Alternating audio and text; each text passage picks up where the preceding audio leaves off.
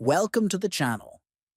In today's video, we will show you how to enable the Do Not Track feature in Carbon Browser on your mobile device. This is an important privacy setting that helps reduce the amount of data websites collect about your browsing habits. First, open the Carbon Browser on your mobile phone. Next, look at the top right corner and tap on the three-dot menu.